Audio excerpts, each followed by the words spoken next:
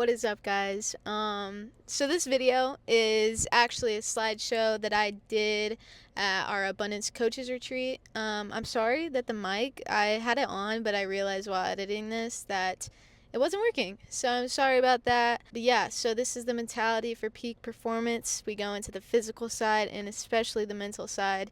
So this is a little bit of a free training for you guys, but I think it'll be helpful for especially high school athletes or if you're an athlete in general or even a business professional. This will help you insane amounts. So if you can stay, watch the whole video, and this will help you out. Love you guys. So yeah, mentality for peak performance. So obviously, like, this really is like for athletes, but anybody can use it. Business professional, like, this will help you in all areas of life. So it's very good. So physical, obviously that's a huge part of it. Sometimes people only focus on the physical when it's a lot of it mental, which we'll go into in the second part. But I don't want to like overwrite physical because that's still really important. So we'll go to that first. So I want to ask you guys, which two types of people do you think have the most energy? Like groups of people in Athletes this world.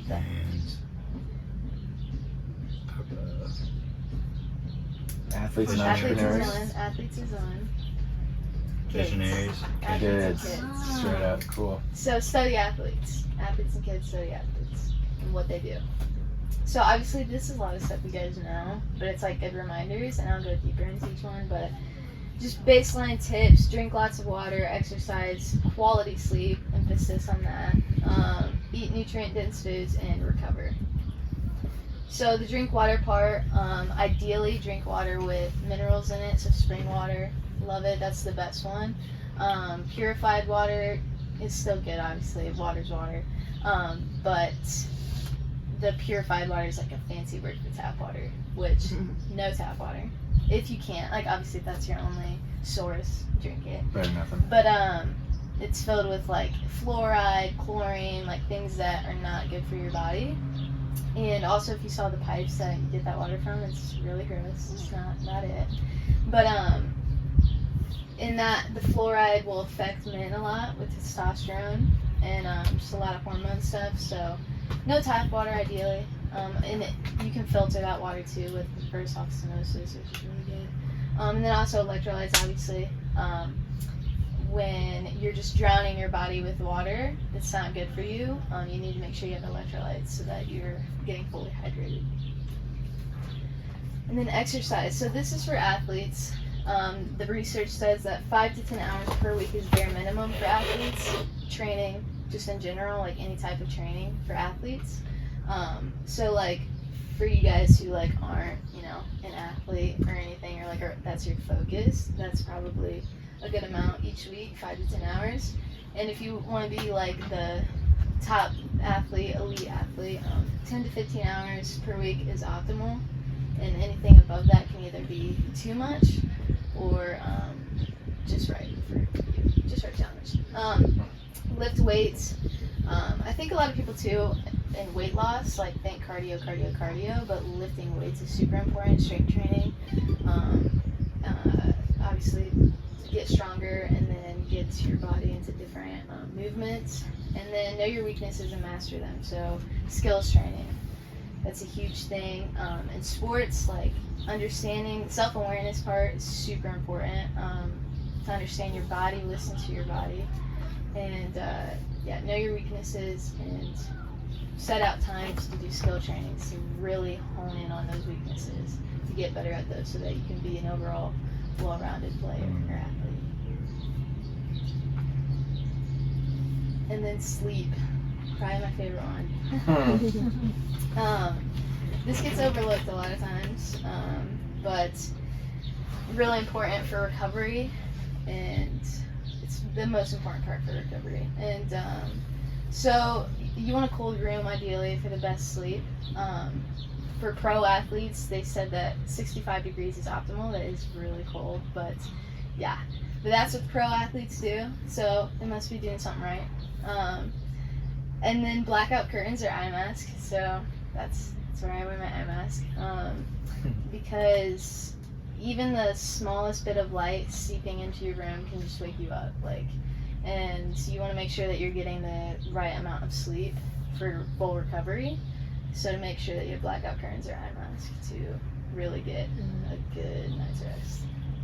And napping too. I didn't put that on here, but 30 to 45 minutes of napping if you need it. Personally, at my age, I don't think I need it most of the time, but like I know like as you get older, napping can be really helpful for you guys. And blue light blocking glasses before bed. Also, blue light blocking glasses don't get the clear lens. They don't actually work. It's been tested.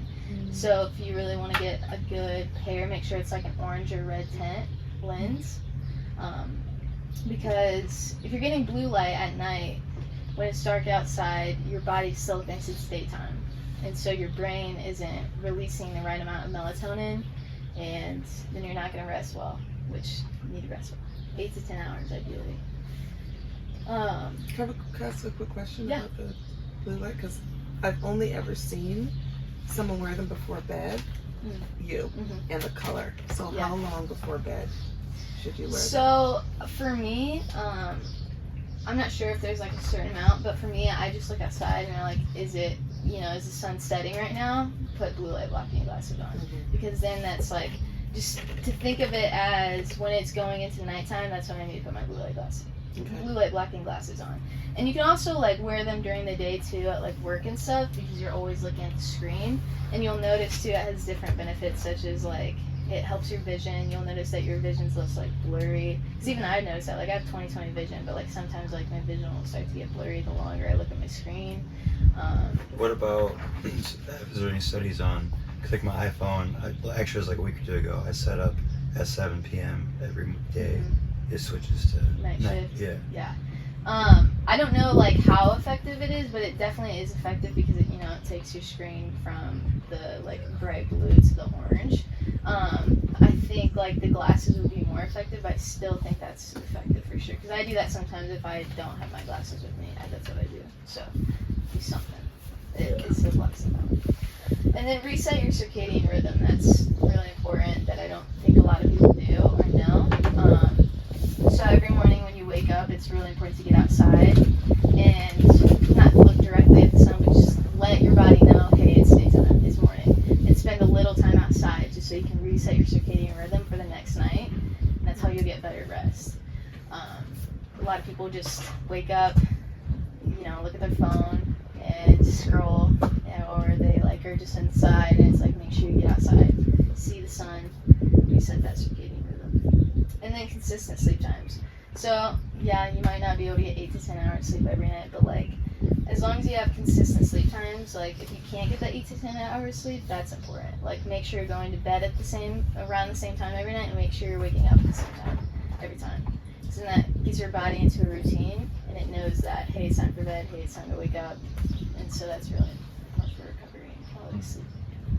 I noticed that here on the retreat, because normally I'm in bed like 10:30, 11 o'clock max. So that way my body automatically wakes up before 5:30. Yeah. I didn't do that once, and that's why I stayed in bed until like 7:30, and I'm like, I'm still tired. Yeah. So my body was like, what's happening? And then eat healthy. We all know that. But a good like way of looking at food is look at the food as energy givers or energy takers. Church. Yeah, so ask yourself, will this give me energy or is it going to take it away? And I mean, pro athletes, like, unless you're DK Metcalf, I don't know, that man eats like 10 bags of candy a day and is freaking jacked out of his mind, and it's crazy. Who? DK Metcalf. Yeah, I don't DK, know. huh? Crazy. But for, people that don't have that God-given, just ability, it's really important to like prioritize your food. And yes, there's food that's really good, and it's like in the moment it tastes so good, but like if you really think about it, like afterwards it's like forget about it, it's done. Right. And it's like really think about, okay, is this enhancing my body, is this enhancing my energy? Fast food equals short life, look at it like that. Highly processed, none of it's nutritious for you at all. And if you are like because I understand like travel and things like that, like you are in the moment where fast food's easiest, like with time, I know sporting events for me, like a lot, you wouldn't get home till late and fast food was easy. Obviously look at the healthy options. If it's something like McDonald's, something really bad, you can get like just a burger. Like even without like the buns if you want to, like just like ground beef or something. Obviously Chipotle, we all love that.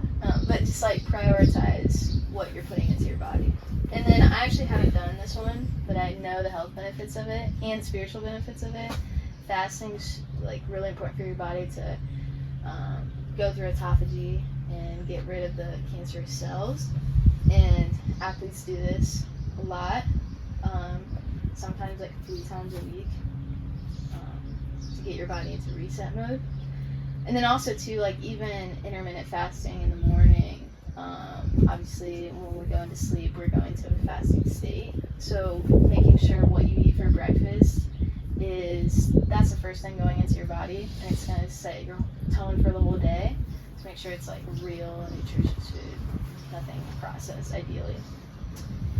And then whole foods, we know that, but good reminder. Veggies, fruits, meat, red meat, really important. Amen. I was gonna say too, just back on your first point about energy givers and energy takers, like I love our heroes and people that are like elite athletes. And what I found, like I remember I saw Jordan Burroughs, like Olympic gold medalist, monster, eat a milkshake, and it just ruined my life when I saw him do that. Like I was like, what are you doing? And it's like, well, for him, and he even shared, like I got to talk to him, and he said, he's like, well, I treat my body every now and then, but the every now and then is like once to twice a year. Oh yeah. I was like, oh my gosh. So the one time that I saw, I could have generalized that was all the time, but whoever DK, whatever, like all that candy and stuff, I think what's so cool is although that they're elite and like all this cool things, like our bodies can adapt to whatever. So how much greater would he be if he threw the shit out? Yeah, exactly. Just crazy to me. It's really cool. Yeah. And like, I mean 80-20 rule is always a good thought. 80% of the time like eating in the energy givers, and 20% time energy takers.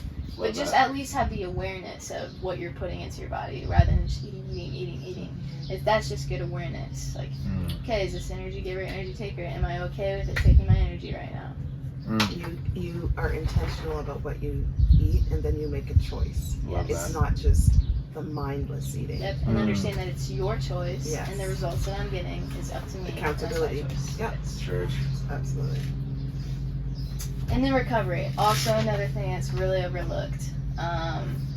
Sometimes we get so into the doing, and it's like recovery is really important to actually build the muscle, to actually make sure that you're at your optimal peak performance. So ice and fire, contrast therapy.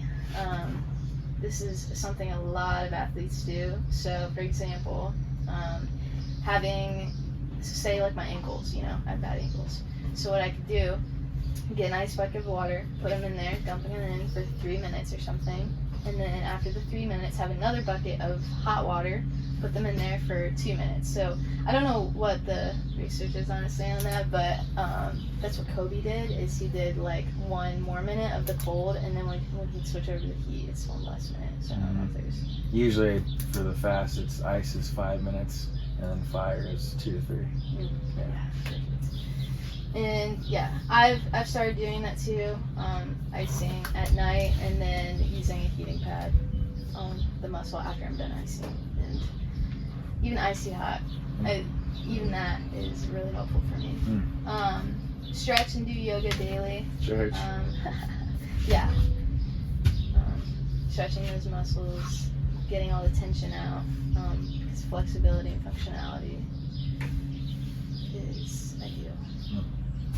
And then sauna daily, obviously we don't have that access all the time, but if you can, that's a really good way of recovering your muscles, relieving inflammation, and even the health aspect too of like sickness, getting that out of your body, and the heat shock proteins, really good for recovery. I bought an infrared sauna blanket, Nice. so you can just roll it out. You can travel with it, Cool. and you just What do you plug do? it in. Just like It's get like a into big it? sleeping bag, Cocoon. That's and you just cool. plug it in, and then you put it on however long Is this a you red want. light one? Yeah, it's infrared, and you just Infrared. literally like I sweat a lot, and it just like sweat, Mm-hmm. and I'm usually in there for like an hour and a half, and Mm-hmm. then Yeah. you just jump in the shower after and clean it. But That's awesome. soap and water Oh, or okay. just cleaner because it's like a plastic bottle inside, or Oh, some that's folks great. have like a sleeve, like a towel terry cloth like sleeve that you put in it, so that captures Nice. the water. But you Oh, go in with sweat. clothes because it's hot and you're gonna feel the burn, so you go in with clothes so you sweat more. That's really cool. Huh. Yeah. And then this is probably one of the number one things that pro athletes do, and electronic muscle stimulation. It contracts the muscle, brings blood flow to the area, and helps it recover faster. That's how. And they also have access to trainers that are always constantly working on them, massaging them, doing all types of those things. But that's a really fast recovery tool. And yeah, again, like if you see like pro athletes get an injury, like you're like, how do they recover so fast? How are they already on the field again? And it's because of like these tools. Mm. And then obviously sleep and nutrition, of course, is so important for recovery. And then now the mental aspect.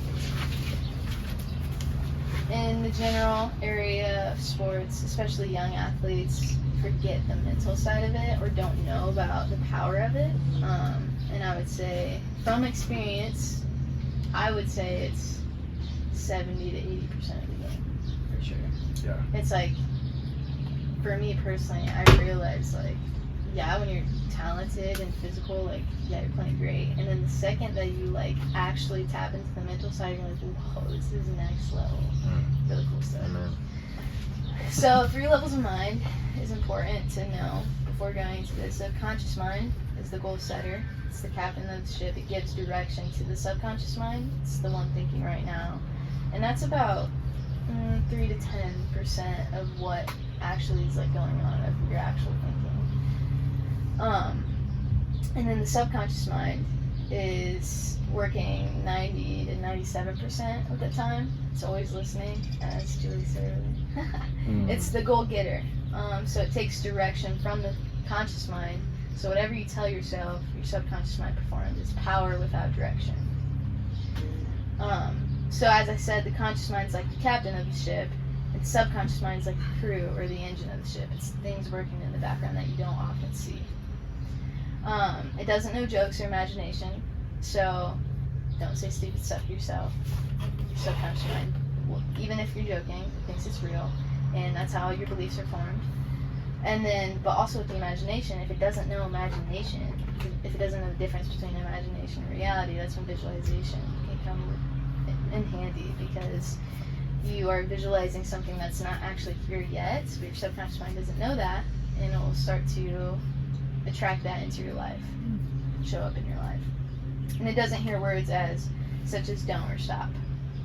So, I want to stop smoking. All your brain hears is, I want to smoke. It doesn't hear that I want to stop smoking. It doesn't know that. And then the prime directives, there's 10, but we always focus on 2. So the first one is to help you survive. It's your heart beating, it's you breathing. And if that wasn't there, you wouldn't be able to survive, because we forget to do that. And then the other thing is to prove you right. So again, with the self-talk, like really be mindful and careful with your words and what you're saying to yourself. I just think words and language is so cool. Like Yeah. to come off of this, Amen. like this part of it, it's in scripture. Be careful with your tongue. Like Life and it's death in the power of the everywhere. Like, Amen. love it. It's so Hallelujah. and then your superconscious mind is Christ within.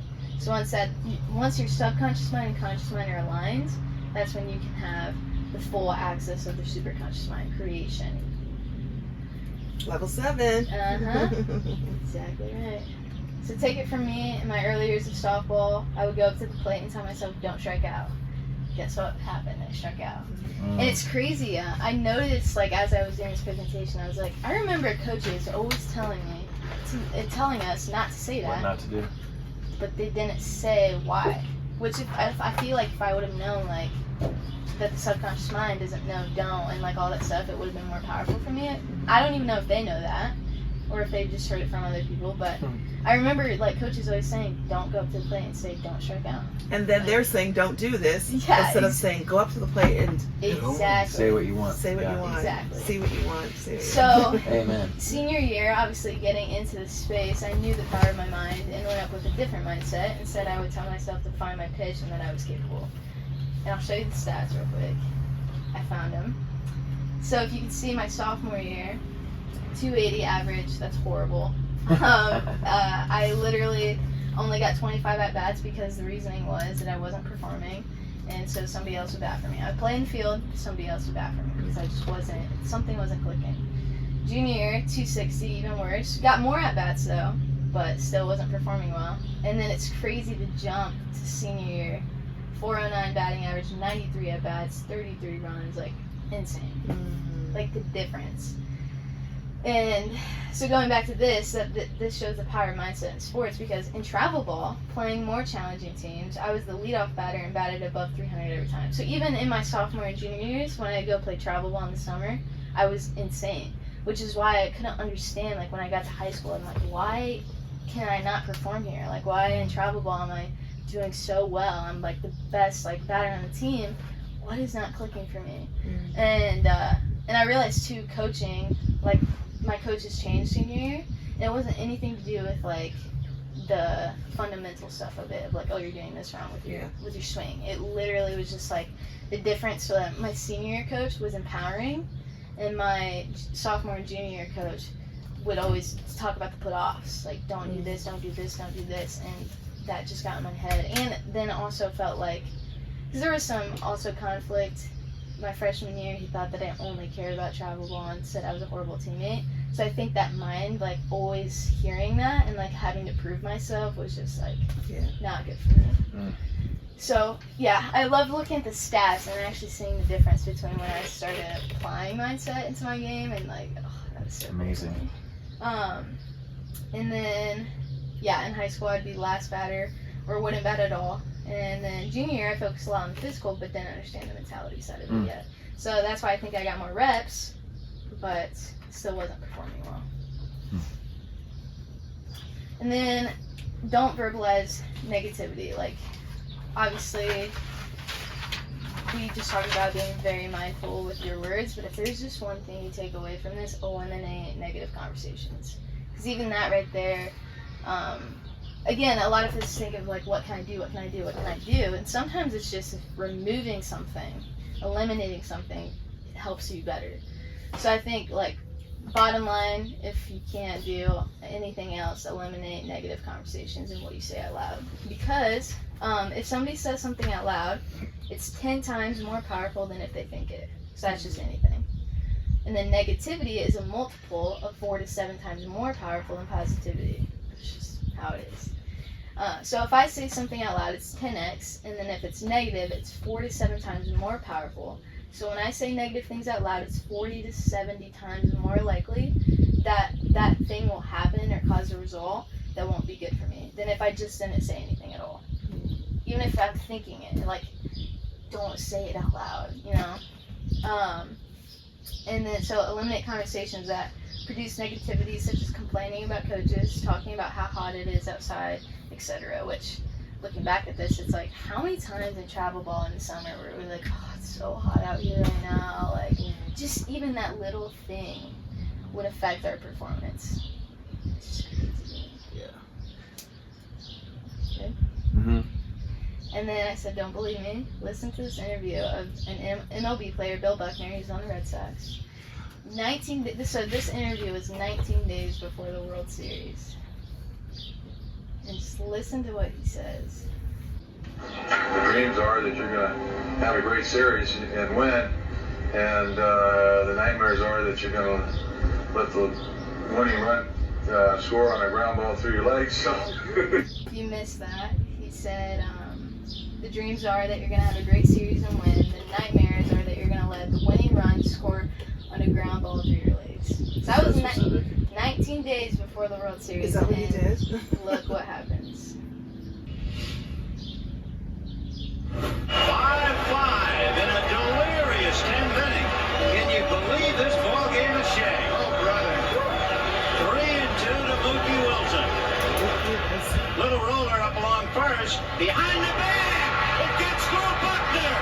What the hell? And the Mets win it. If one picture is worth 1,000 words, you have seen about a minute. So who knows? If Wow. he would have been more mindful with his words, 100%. he may have not been in It's that almost like situation. that self-fulfilling prophecy. Yeah. Well, real I quick, don't look at want this that. to happen. I don't want this to happen. Buckner was general on his positive. He's general, broad, vague, Yep. specific, very clear on his negative nightmare. Yep. He didn't just say like, oh, if we lost the World Series, like as a collective, he literally said, ground ball between my legs, winning run scores. Yes. Wow. Yeah. He's clear on the wrong thing. So, felt like that was good evidence. And he for probably that. obsessed about the fact that I don't want this to happen. I don't want this to happen. I don't want Yes. this to happen. I don't want this to happen. And Wow. they say when you say things like that, a Vibration. worry is like a prayer, because your body doesn't know Yeah. that's not what you want. So it's wow. Yeah, That's amen. crazy. Wow. Yeah, A worry is fine. like a prayer. Yeah. That's well said. Yeah, amen. So key tools to use: visualization. We talked about your mind doesn't know between imagination. So just a way to do this in the sports realm is 5 to 10 minutes before you have to. Take 5 to 10 minutes to do visualization, and do it like an hour before your game, or 2 hours before your game, whatever. The best way to do this is to show up to the environment you're playing in, get familiar with the field, get familiar with the space. Just take 5 to 10 minutes, close your eyes, get into your mind. Visualize every aspect, like visualize yourself walking onto the field, interacting with your teammates, your position to play if you're a pitcher. Imagine every pitch being a strike. Imagine the pitches that you're going to throw.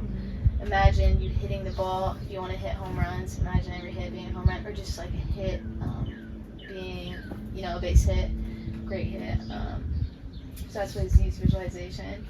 And then anchors is an NLP technique, so you can use that with any modality: your visual, auditory, gustatory, olfactory, or kinesthetic, I suppose. And so what we have found is like kinesthetic is really powerful to use in game. Like, so if you notice in the middle of a game, like you need to use your anchor, you can just touch a part of your body and you can access that space immediately. Which I'll do Ring of Power and Nutremeds, because you haven't experienced it yet, so I'll do that for you. And then self-talk, again, really hitting on the subconscious mind, what you say to yourself. Conscious mind and subconscious mind, what you say to yourself. Your subconscious mind is always listening and is there to prove you right. Which is a shift I've noticed in Ultimate Frisbee. Is before every game, I don't know if you noticed, I literally sit there and say things to myself out loud. And notice the shift from the last, you wouldn't know, but from the last 3 weeks I've performed so much better than I started this season. And then neutral thinking is something I've just learned recently. So rather than thinking negatively, because obviously that's not helpful. Sometimes people do think that beating myself up and being in a negative state will help me perform better. It's not. And then positive thinking doesn't really help either, because what if you're in a championship game and you're down by 2 touchdowns or whatever? Positive thinking is not going to work in that moment, because you just have to ask yourself. So neutral thinking is about asking yourself what's true, bringing you back to reality, no bias, taking all the bias out of it. Nothing's good or bad, just looking at what's true. Okay, I just threw 4 interceptions. Now what can I do now? So it's about looking at what's true, not perseverating on it though. Thinking the past is past, and my future actions don't have to be determined by the past. But just recognizing, okay, this is true, and this is how I'm going to do better, and this is how I'm going to perform better. So that's neutral thinking. And then something I love, and I think everybody should do, is study the greats. Look 100%. At what's already worked. Formula is a formula. Look at, who inspires you. See what they did, how they performed at their best in all aspects of life, and apply that. Yeah, I think that's study the greats, dude. It's right there. Yeah. We have those resources. They've already done it. Take what they've done and create it into your own thing.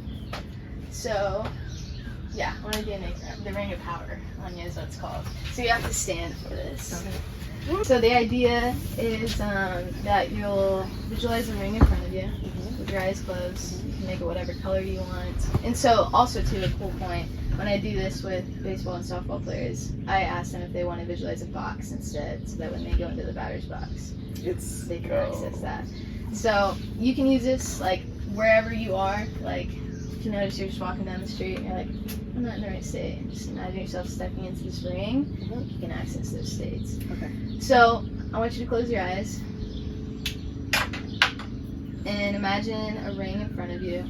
Maybe scoot back a bit so that you can step forward. So I want you to close your eyes, look down where the ring would be at, make it whatever color you want, make it look however you want, most appealing to you, and open your eyes when you're done doing that. Okay. Where's that? Right here. Perfect. Okay. So now, what are 4 states? We're going to do 4 states. What are 4 states that you want to anchor to this ring? That you want to be able to access at any time?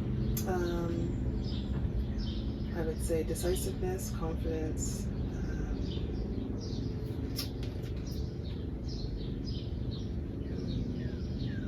What did I say? Confidence, decisiveness, Decisive, calm, confident. and resilience. Perfect. So with anchoring, the most powerful way of doing this is present moment, when things are happening in the present. So remember this, like when you're in one of those states, anchor that to the ring so that it builds up and stacks it. Okay. Obviously, since we're not there, we're going to go to past experiences. Okay. So what I want you to do, I'm going to take you through each state and go back to past moments. Okay. And when you notice that you're going into the peak of that state, I want you to step into the ring and just feel it, feel the state. And when you notice when it's coming down off that state, to step out. Okay. And open your eyes. Yep. You ready? Let's go. Okay. So I want you to close your eyes. Now I want you to go back to a time where you felt that you were super decisive. You made quick decisions. Can you think of a specific time when you did that? When you were in that state? As you're there, I want you to feel the feelings that you felt, hear the things that you heard, see what you saw, and you felt totally decisive. Making quick decisions, being decisive, knowing exactly what you want in each moment. That's right.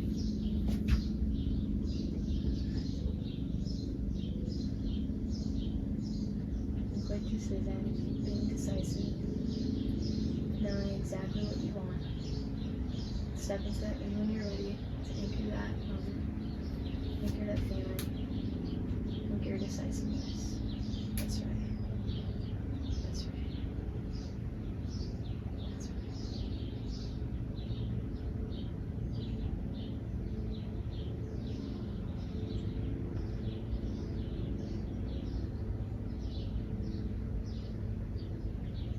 And when you're ready, you can step out.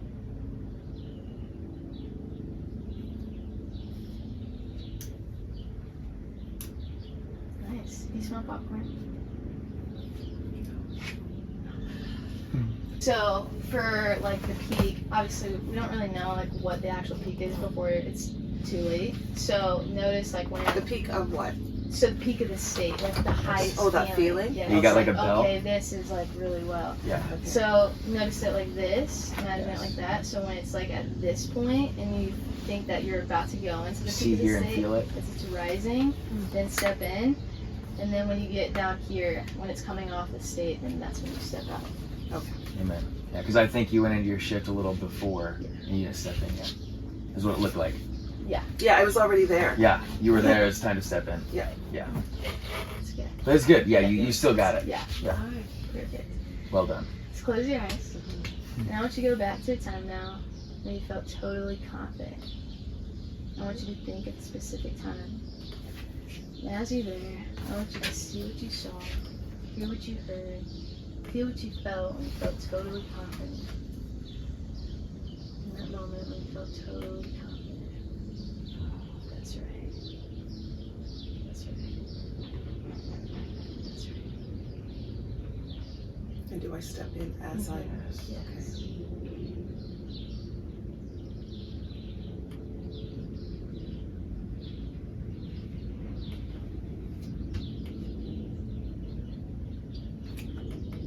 See the room, see what you're sitting in, anchoring that state. saw, hear what you heard, hear what you felt totally. That's right.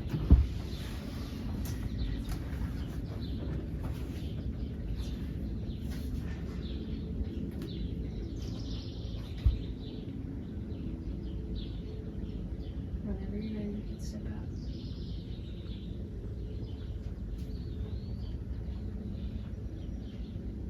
You smell popcorn? Am I supposed to smell popcorn? So she's breaking your state. Oh, So you get out of the state, you go into oh, your. because I'm like, I smell something That else. was me. Another way too is just to say like, that was a deep one, wasn't it? That was a good one. Yeah, that's what Dr. Matt does. Or he does popcorn because it's really awesome. Because Yeah. I'm like So I think that really confused breaks now. it. I'm like, Yeah. am Especially I if you're not doing it doing wrong? it. Because that's what my brain You've done it does. before. Yeah. You've been. I must What'd be you have doing this earlier? wrong. I was like, am Yeah. I supposed to smell popcorn? How's breakfast? Yeah. Good job, Delaney. That was so good. Okay, 2 more. Okay. Ready? You understand now the ring and Yes. flipping? Yes. Perfect. Let's close your eyes. I want you to go back to a time now in your life when you felt totally calm. I want you to think of a specific time, float down into that moment. And I want you to see what you saw, hear what you heard, feel what you felt when you felt totally calm.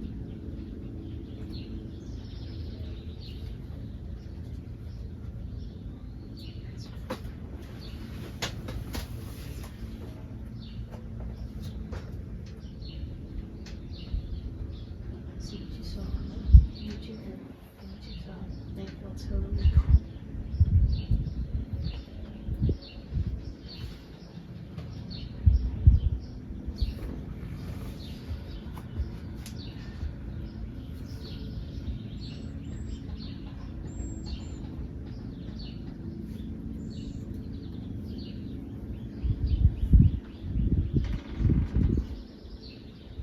How was I supposed to step out? You need to step out whenever you're coming off the street. You smell popcorn? What was the last day? Resilience. Resilient. Okay. How's this been for you so far? Good. Good. Okay. You still see the ring and stuff into that? Perfect. Okay. Close your eyes. I want you to go back to a time now when you felt totally resilient. Nothing could stop you.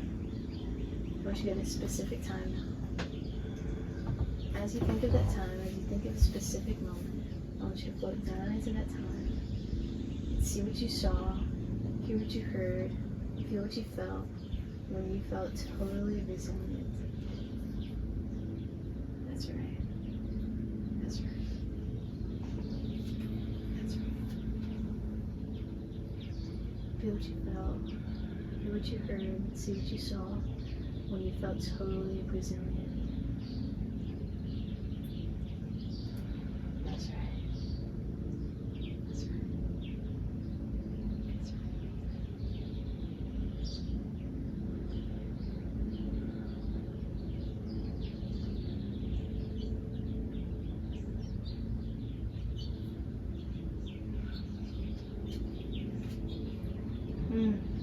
That was emotional That for was me. That was so good. That was Got me wow. emotional. I noticed the shifts like a lot. Yeah. But that was good.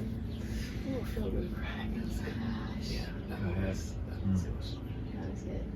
Okay, one more time. We're just gonna close your eyes, and I want you to look down and see that ring, whatever color it is, whatever it looks like to you. And when you're ready, I want you to step into that ring. Feel all the states of you just sinking into that. Your ring of power.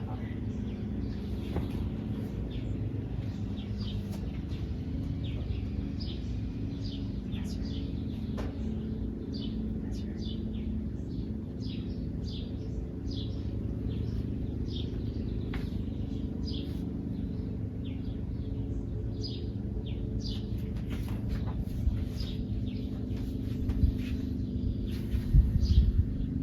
Whenever you're ready, you can step out.